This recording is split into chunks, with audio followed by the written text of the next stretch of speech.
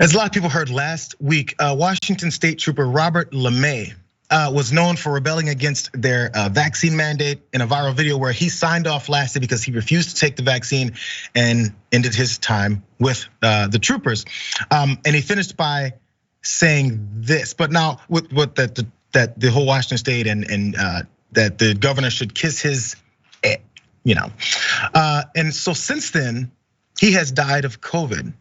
And after that, Lawrence O'Donnell from MSNBC pointed out a bit of how he was used in his life before he passed. Let's watch a little bit of that. Because he believed the lies of rich anti-vaccination fanatics who have no science education, like Robert Kennedy Jr., and the constant disinformation campaign against vaccines run by the fully vaccinated billionaire Rupert Murdoch and the fully vaccinated hosts of the Fox primetime shows, all of whom also have no science education whatsoever. 50-year-old Robert LaMay died from COVID-19 on Friday. He was outraged at the governor of Washington, Jay Inslee, for issuing a vaccine mandate for state troopers like him. He went viral in October with this video. This is my final sign off after 22 years of serving the citizens of the state of Washington, being asked to leave because I am dirty. This is the last time you'll hear me in a state patrol car, and Jay Inslee can kiss my ass. That's how he signed off. And also what Lawrence O'Donnell show also pointed out was just to the extent that Fox hosts used him for their anti-vax messaging. And I wonder what they were saying afterwards, but let's watch how he pointed that out as well. Fox hosts who make tens of millions of dollars for supporting lies made what they called a celebrity out of one of their victims. What's next for you? Other than being a celebrity now, what's next for you? I'm the spokesperson for thousands and thousands, I even say millions of people. I think there's 2 million people that have actually viewed it. It's been 99% positive from everybody. I think this is my path right now. Fox never got around to updating its audience on Robert LaMay's death yesterday, but they did find time to prop up some new anti-vax culture war heroes who are still alive. This a lot of times is the basis for why people get out there, put a camera in front of their face and say, this is what I believe about how you guys are sheep and idiots for getting a vaccine, and dropping the mic and filming himself taking his last call. And all that is so that there's a celebrity involved, so that you have this clout, that you have this groundswell of support for just simply pushing back against reality. And then after he's used for those purposes by these types of hosts, no mention of him ever again. It's not like the only time this has ever happened, by the way. So you guys saw that tweet there from Matthew Gertz of Media Matters. And this is, in case you didn't see it in full, this is what he was pointing out there as well. They were happy to tell a story when it was a useful foil against vaccine mandates. Fox viewers heard the host they trusted suggest that it was heroic to resign rather than take life-saving drugs.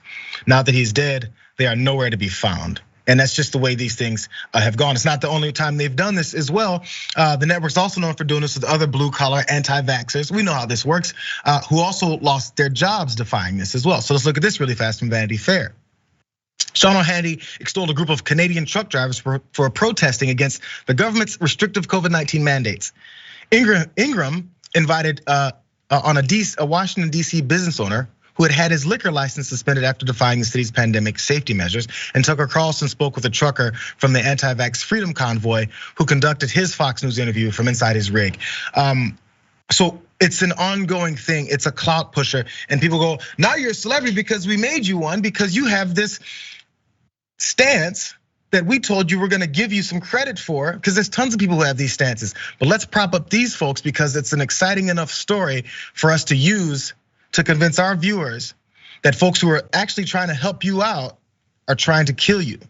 Now, when you watch one of these folks die, or then the next one die, or the previous one die, when do you start questioning the source from which you're getting your information? Or to the degree to which they care about your life?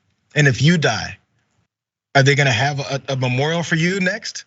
They didn't have a memorial for the guy that's now a celebrity, and what are you gonna do next with your life? They used it.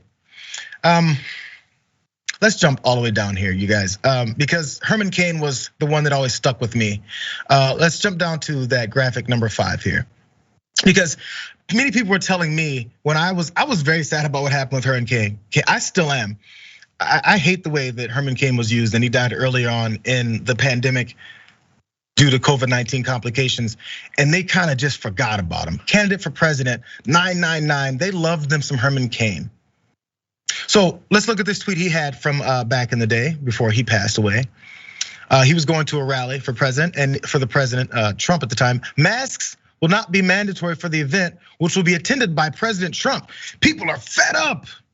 And he got pushed back for that, and South Dakota governor was talking about how they're not gonna be social distancing. He linked that article. He passed away. And his Twitter account was trying not to show it. People didn't want to talk about it. And I get it. There's privacy involved in grieving over someone that just died, but we should talk about what happened. If nothing else, for the cautionary tale that someone else won't do it too. It's a shame, but the using of people's lives to propel your political ambitions or your conservative values that you really don't have is sad. When are you gonna start pointing out who you've used? Or maybe you say, hey, we made a mistake there. Actually, you guys, maybe look into it for yourselves and don't just listen to me tell you what to do with your life. Maybe try and save it.